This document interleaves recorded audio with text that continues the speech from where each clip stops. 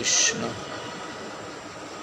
রথযাত্রা চলছে স্কনে, এটা রথ সোমবার।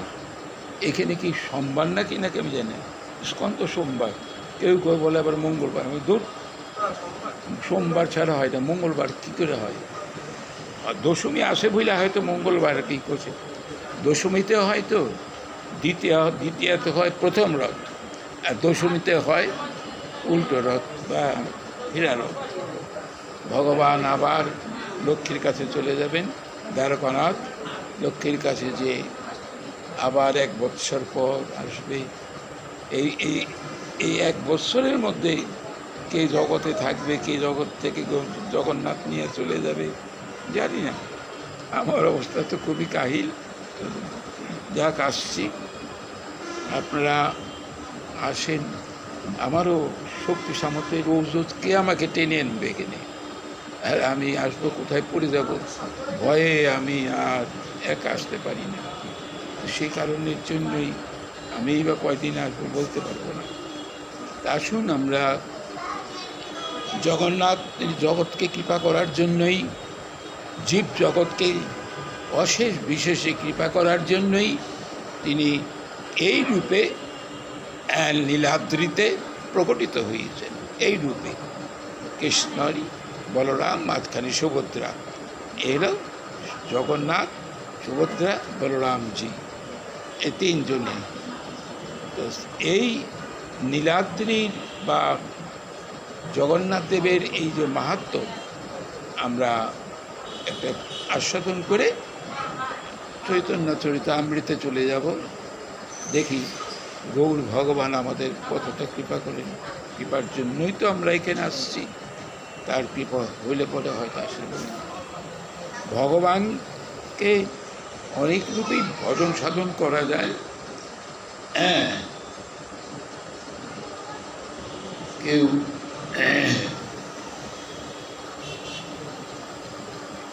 বাৎসল্য রসে, কেউ সখ্য রসে, আবার কেউ মধুর রসে, যে যেভাবে, আর দাস্য রসে। ভগবানকে তিনি যেভাবে আস্বাদন করবেন, ভগবানও তাকে সেইভাবে তিনি আস্বাদন করাবেন। তিনি যে শুধু আস্বাদনই করেন তা নয়, তিনি কৃপা করে ভক্তকে সে আস্বাদন করিয়ে নেন। এই জন্য শাস্ত্রে একাধারে তাকে বলে আস্বাদক, আর একটা হলো আস্বাদক। শাস্ত্রে তাকে এই 2ভাবে আমাদের কাছে উপস্থাপন করেছেন। আমরা দেখি ভগবানকে যারা বন্ধুরূপে যারা ভগবানকে সক্ষরসে যারা ভগবানকে ডাকেন, তাদের উপরই ভগবানের এই জগন্নাথের কতটা কৃপা আমরা আস্বাদন করতে চেষ্টা করব।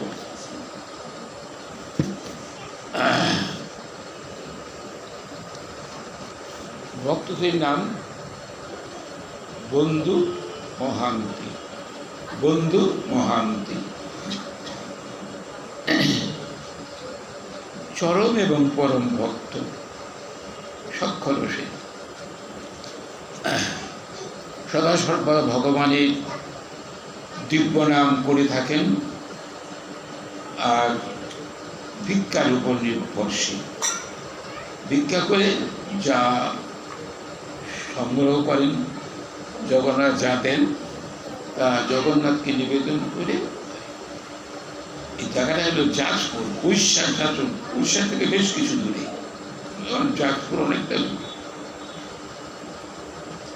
এই উড়িষ্যার যাজপুরে তিনি থাকেন। একটা ছেলে, 2 মেয়ে, স্ত্রী আর উনি। কিন্তু নিজে ভিক্ষাবৃত্তি করে জীবন নির্বাহ করেন। ভিক্ষাবৃত্তি কেন করেন? উনি তো কাজকর্ম করেও তো খেতে পারেন। কিছু কিছু ভক্ত আছে যে ভগবানের দিব্যাতি দিব্য নাম নিয়ে তার উপরেই ভরসা করে বসে থাকেন। তারা কিন্তু ওটাকে আশ্রয় করে থাকেন, ভিক্ষাবৃত্তি চাকরিজীবী বা চাকরি বাদ দিয়ে ভিক্ষাবৃত্তি আমাদের শাস্ত্রে এগুলো আছে।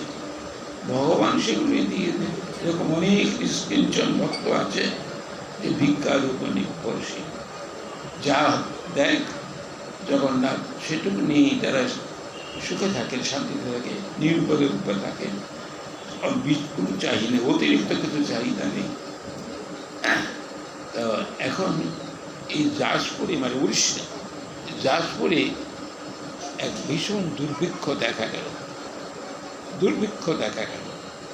দুর্ভিক্ষে কোথায় সব জায়গায় খাদ্যের অভাব, ভিক্ষাকে দেবে, যে জায়গায় যায় সে জায়গার থেকেই ফেরত আসে, পায় না। তো কয়দিন অনাহারে থাকবে। এখন তার স্ত্রী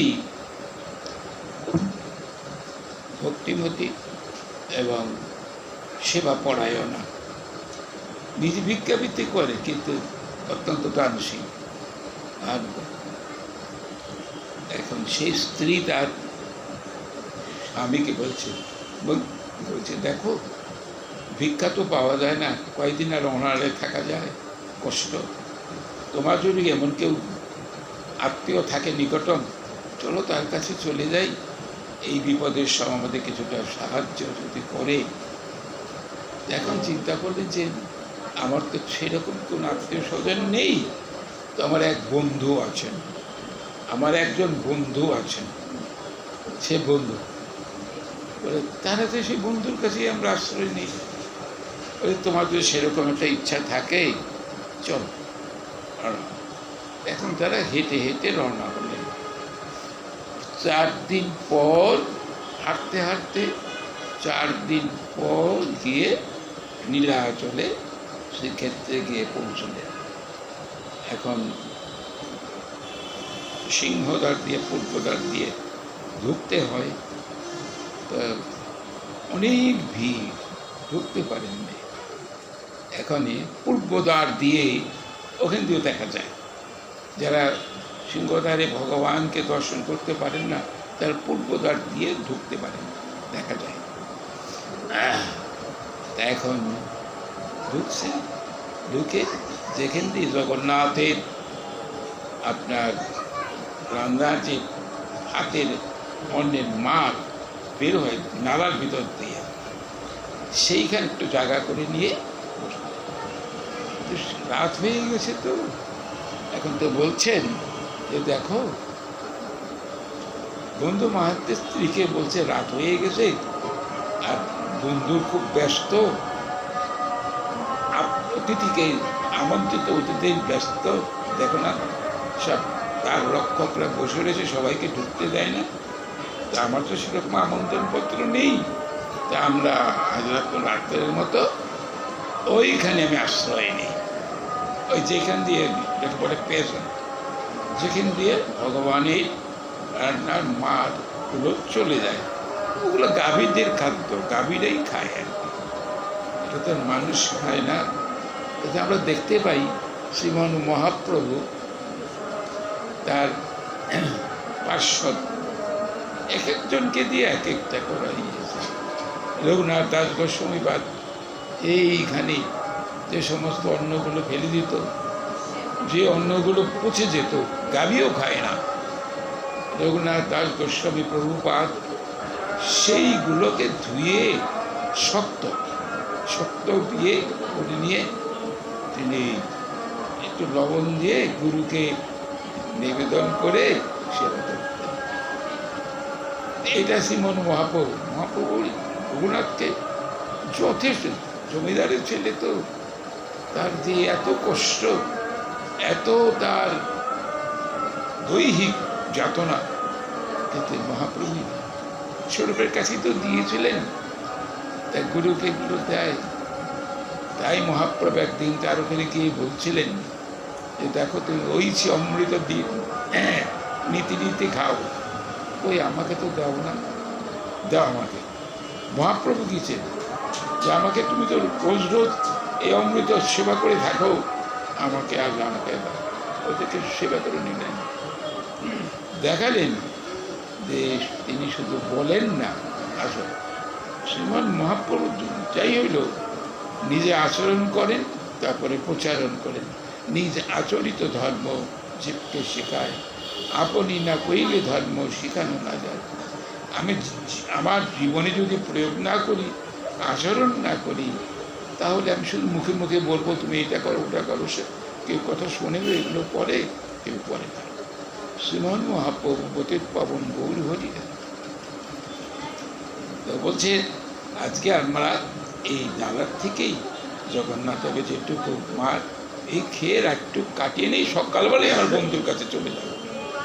তো সবাই ওইভাবে খেয়ে নালার পাশেই ঘুমিয়ে পড়লেন। কিন্তু বন্ধু মহান্তি ঘুমান না। ছেলে পেলে স্ত্রী ঘুমিয়ে গেলে পরে জগন্নাথকে ডাকছেন, জগন্নাথ তুমি তো জগতের নাথ, আমাদের এত অভাব অভিযোগ, না খেয়ে ছেলেপেলেরা একদম ঘুমিয়ে আছে, তুমি কৃপা করে আমার একটা ব্যবস্থা করে দাও, যাতে আশ্রয় নিচ্ছি তোমার চরণে আমরা বাঁচতে পারি। এই কথা সারা মানে যতক্ষণ পর্যন্ত ঘুম না আসে ই করলেন। তারপর কিছুটা ঘুমাই চলে, আপছা আপছা ঘুম, পেটে ক্ষুধা না, ক্ষুধা লাগলে ঘুম আসে নাকি? ঘুম তো আসে না, কিন্তু এরা সব ঘুমাচ্ছে। তা মাঝরাত জগন্নাথ তার পরম ভক্ত কষ্ট পাচ্ছে, অন্যের অভাবে কষ্ট পাচ্ছে, সহ্য করতে পারছে না। তাই পাণ্ডারা যখন সমস্ত ভোগরাগ শেষ করে তারা চাবি দিয়ে চলে গেছে, তখন জগন্নাথ দেব পরম কৃপাময় ভক্তবৎসল জগন্নাথ ভান্ডারায় ঢুকছে। ঢুকে সোনার থালিতে অনেক রকম উপাদেয় খাবার নিয়ে দেখেন ভগবান নিয়ে যাবে একটা বৃদ্ধ ব্রাহ্মণের বেশে তিনি ওখানে ডাকতেছেন এই দাসপুরের মধ্যে থেকে, বন্ধু মহান্তি তুমি এসো, জগন্নাথের তোমাকে খাবার পাঠিয়েছেন, তার প্রসাদ পাঠিয়েছেন। বন্ধু মহান্তি ভাবছেন যে আমার নামে তো অনেক মানুষই থাকতে পারে, তাহলে হয়তো তাকে ডাকছেন, কিন্তু বলছেন যাজপুরের বন্ধু মহান্তি। যখন এই কথাটা বলছে নির্দিষ্ট জায়গায়, তখন ভাবতে যে আমাকেই ডাকতেছে। তখন গিয়েছেন, গিয়ে সোনার থালাকে দেখে কত উপাদেয় পিঠা পায়েস, কত উপাদেয় বস্তু নিয়েছে, এত প্রসাদ, বড় থালি তো, অনেক প্রসাদ দিয়েছে। ভগবান নিয়ে আসছে হাতে করে, দিয়ে চলে গেছে। তাই বন্ধু মহান্তি জগন্নাথের বন্ধুর এই এত কৃপা প্রসাদ পেয়ে আনন্দে উৎফুল্ল হয়েছে। সব বাচ্চাদের ডাকছে, স্ত্রীকে ডাকছে, তোমরা উঠো, আমার বন্ধু প্রসাদ পাঠিয়েছেন।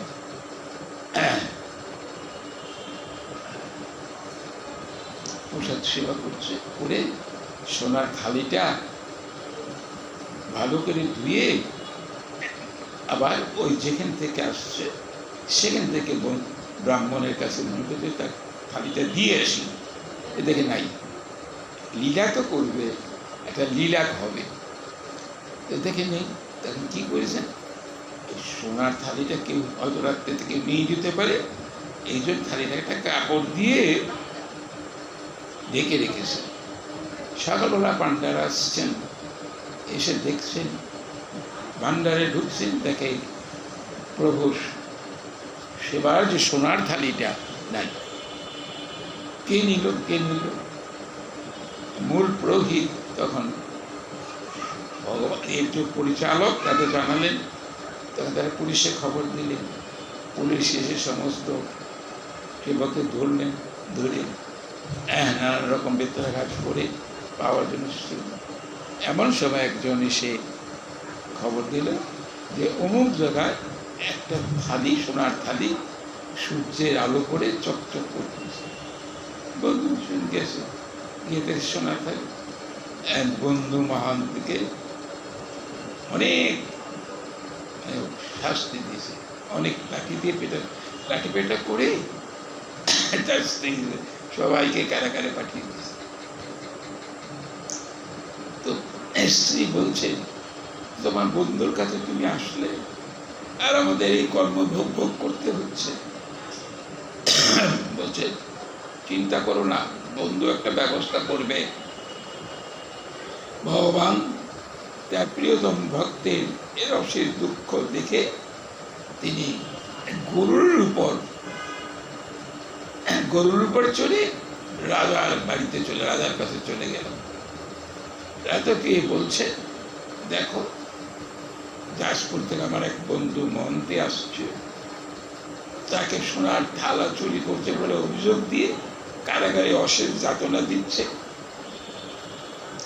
উঠো, তুমি যে যথাযোগ্য সম্মান করে তার ওখান থেকে কারাগার থেকে বার করে তার কাছে ক্ষমা প্রার্থনা করো, তার চরণ জল ধৌত করে সেগুলো পান করো, আর তাকে উৎকৃষ্ট পোশাক দিয়ে সুসজ্জিত করে একটা উষ্ণিস মানে পাগড়ি তুমি দেবে, আর তার থাকার ব্যবস্থা করে দেবে।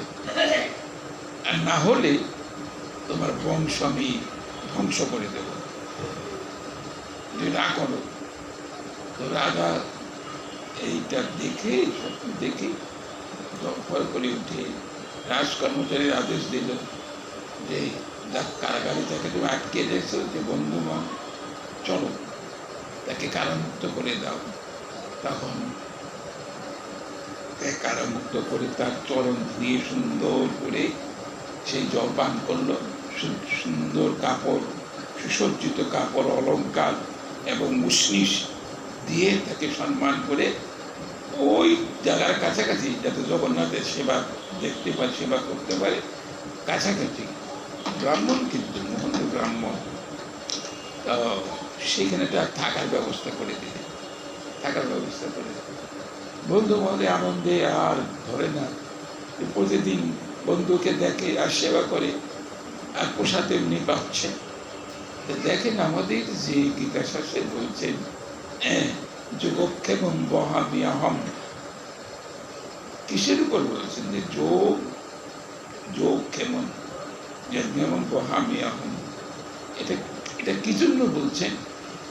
অনন্য চিন্তয়ন্তা যে জন্মা কষ্টপাল, যারা অনন্যভাবে তার চরণে সমর্পণ হয়েছে, তিনি ছাড়া যে কেউ কিছু বুঝে না, তার ভার তিনি নিয়ে থাকেন। তার চরণে যারা সমর্পিত হয়ে তার আশ্রয় প্রার্থনা করে, তারা যারা কিছু বোঝে না, তাদের তিনি সব কিছু করে দেন। আসছেন তো এই কারণের জন্য, এই রূপে আসছেন এই কারণে জগতে। কিন্তু আমরা, বিশেষ করে আমার কথা বলি, সেটা কিছু করতে পারলাম না। জগতে আসলাম, ইন্দ্রিয় সেবা করে চলে যাচ্ছি আর কি। এখন সমস্ত ইন্দ্রিয়গুলো শিথিল হয়েছে, অকর্মণ্য হয়ে গেছে। চোখে দেখতে পারে, কান দিয়ে শুনতে পারি, পা দিয়ে চলতে পারি না। এই তো মানুষের জীবন ক্ষণস্থায়ী, কখন কি হয় কেউ বলতে পারে না। সেজন্য সময় থাকতেই তাকে সাধন ভোজন যে সেগুলোকে বলেন।